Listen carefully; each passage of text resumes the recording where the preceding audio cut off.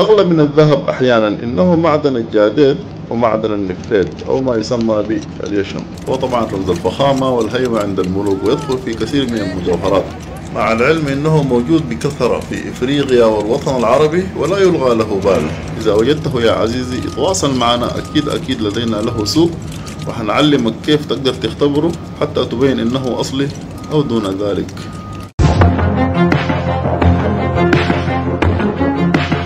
معدن زمرد افغانستان که در جهان به نظر است، در دل کوههای دره پنجشیر و کوههای هندوکش در 100 کیلومتری شمال شرق کابل در ارتفاع 3 تا 4000 متری زمین قرار دارد. تنها با پای پیاده می توان به معدن نام برده دسترسی داشت. در دره پنجشیر تا اکنون 172 معدن کوچک و بزرگ سنگ زمرد کشف شده است. قیمت حدودی هر قیراط زمرد افغانستان در بازارهای محلی از $10 تا $100 و در بازارهای جهانی تا $500 می باشد. البته که نمونه های خاص با رنگ های عالی تا قیمت $4000 در ازای هر قیراط در بازارهای جهانی معامله می شود. زمرد پس از الماس دومین سنگ قیمتی است که در افغانستان و بعضی از کشورهای جهان یافت می شود. زمرد افغانستان به نسبت شفافیت که در خود دارد در جهان بی‌نظیر است. افغانستان پس از کشورهای مانند برزیل، کلمبیا و زامبیا چهارمین صادرکننده زمرد می باشد. آنچه زمرد افغانستان را غیر معمول می سازد شفافیت بسیار خوب آن است.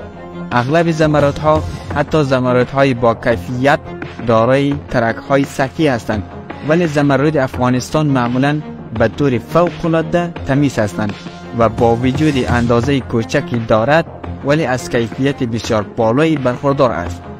معدن زمرد افغانستان برای نخستین بار در سال 1970 توسط یک زمینشناس روس کشف گردید.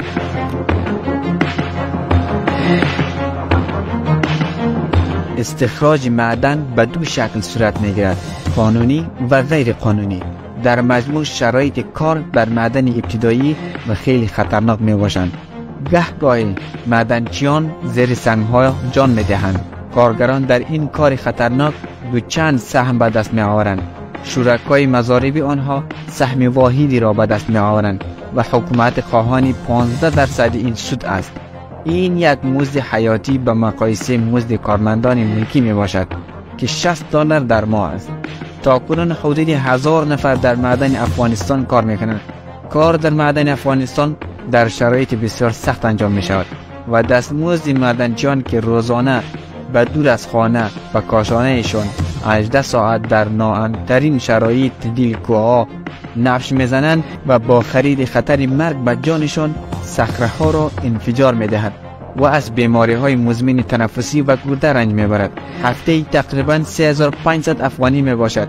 سود اصلی تجارت زمرد افغانستان که بیشتر از طریق پاکستان و هند به خارج صادر می‌شود به جیب مافیای این تجارت می‌رود که سالانه به $150 میلیارد میرسد. اما در صورتی که این صنعت به شیوه مسلکی به پیش برده شود در حدود $1 میلیارد نصیب دولت افغانستان خواهند شد.